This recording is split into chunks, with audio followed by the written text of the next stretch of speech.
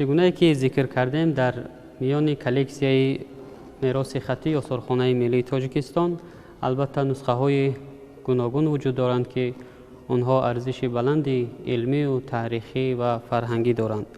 ва ин нусхае ки дар дасти мо аст бо номи далоилулхайроти имом ҷазулӣ мебошад, ки ин нусха низ аз лиҳози таърихиву ҳунарӣ албатта арзиши баланд дорад.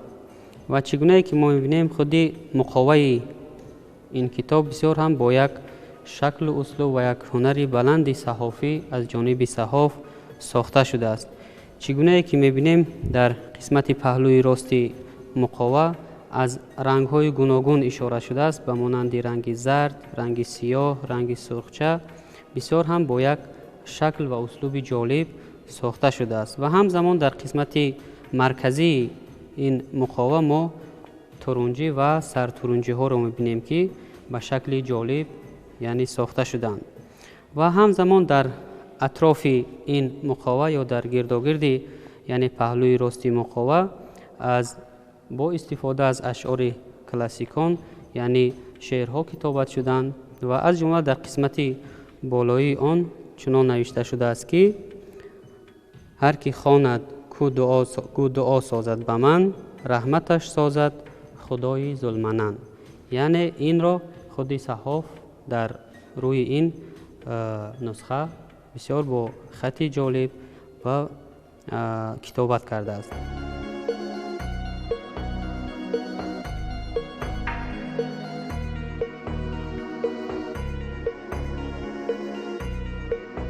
дохили матн бошад, чӣ гунае ки мо мебинем, дебочаи ин нусха бисёр ҳам ба шакли ҷолиб яъне сохта шудааст.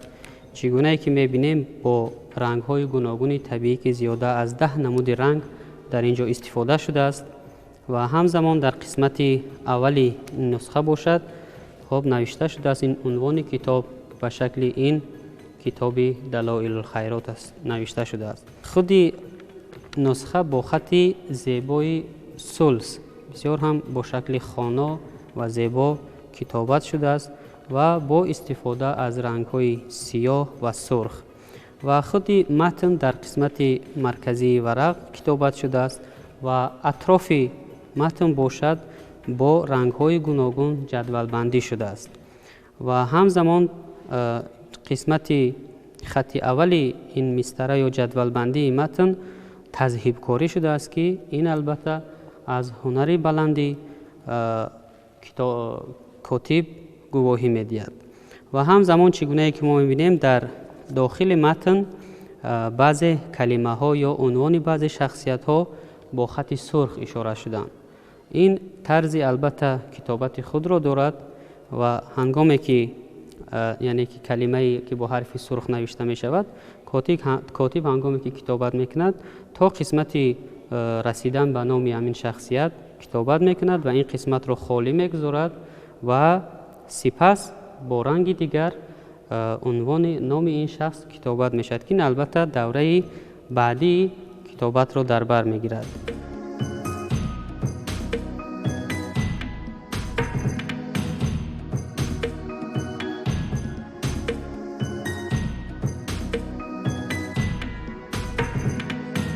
ва ин нусха албатта ҳам чӣ гунае гуфтем, аз лиҳози ҳунарӣ ва ҳам аз лиҳози таърихӣ аҳамияти баланд дорад.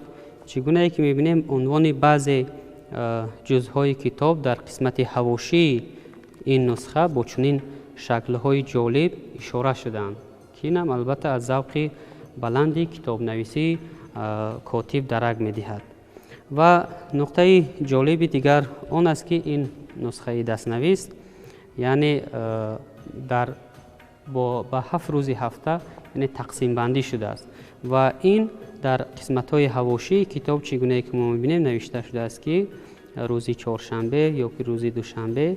یعنی این از اون دلالت میدهد که این نسخه خواندن همین قسمت نسخه کتاب در همین روز یعنی فضیلت دارد.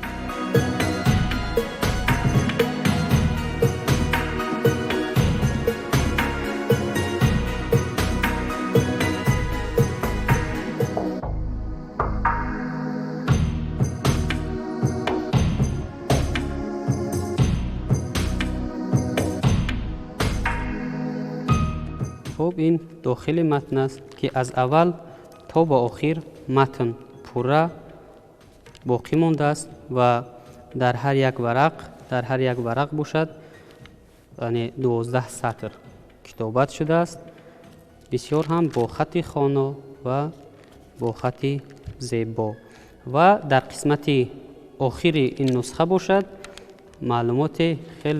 بعضی معلومات های خیلی مهم درج کرده می شود، از جمله یعنی سنه کتابت این نسخه اصلا در قسمت آخرهای نسخه ها کتابت کرده می شود و در این نسخه مذکور نیز در قسمت اخیر آن سال 1285 هجری کتابت شده است، یعنی تقریبا در عصرهای 18 و 19 میلادی این نسخه کتابت شده است. در عموم گفته می توانیم که نسخه دستنویسی که امروز در اکسپوزیسیای آثارخانه ملی تاجیکستان معرفی کرده می شود، البته در برابر اینکه اهمیت مهمی سرچشمه‌ای دارد، این چنین ارزش بلند تاریخی و هنری دارد که این دلیل روشن از رشد هنر کتابداری تاجیکان در دوره‌های تاریخی و همزمان یعنی کتاب دوست و کتابخوان بودن ملت تاجیک گواهی می‌دهد.